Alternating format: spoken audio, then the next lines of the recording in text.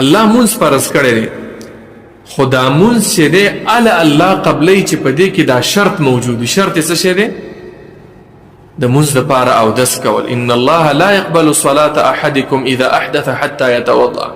که یو سړی اوبه موجودې دي او عذر یې نشته دی او دی اودس نه کوي او زه داسې مونځ کوم اوږده اوږده رکعتونه وکړي، سجدې وکړي، جړاګانې وکړي، خو بې اودسه مونځ کوي، د ټولو فتوا دا ده چې دا مونځ یې نه قبلي.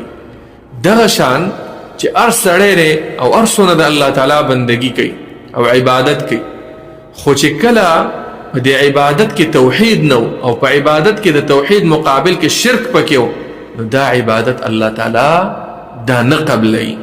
چې کله شرک په عبادات کې راغی نو دا عبادت خرابېږي. لکه څنګه چې بې اودسي د مونځ دپاره باطلونکې ده، چې مونځ په بې اودسۍ سره خرابېږي. په هره طریقه چې وي انسان بې اودسه شو د مونځ به یې نه کېږي تر څو چې اودس یې نه یې کړی.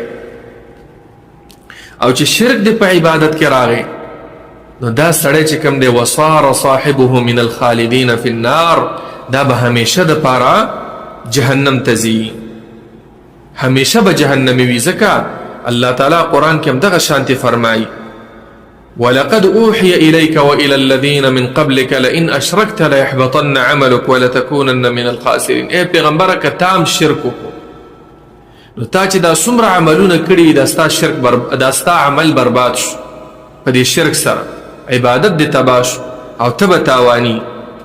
او بل د مشرکینو دپاره الله تعالی سزا چې مقرره کړې ده هغه جهنم دی.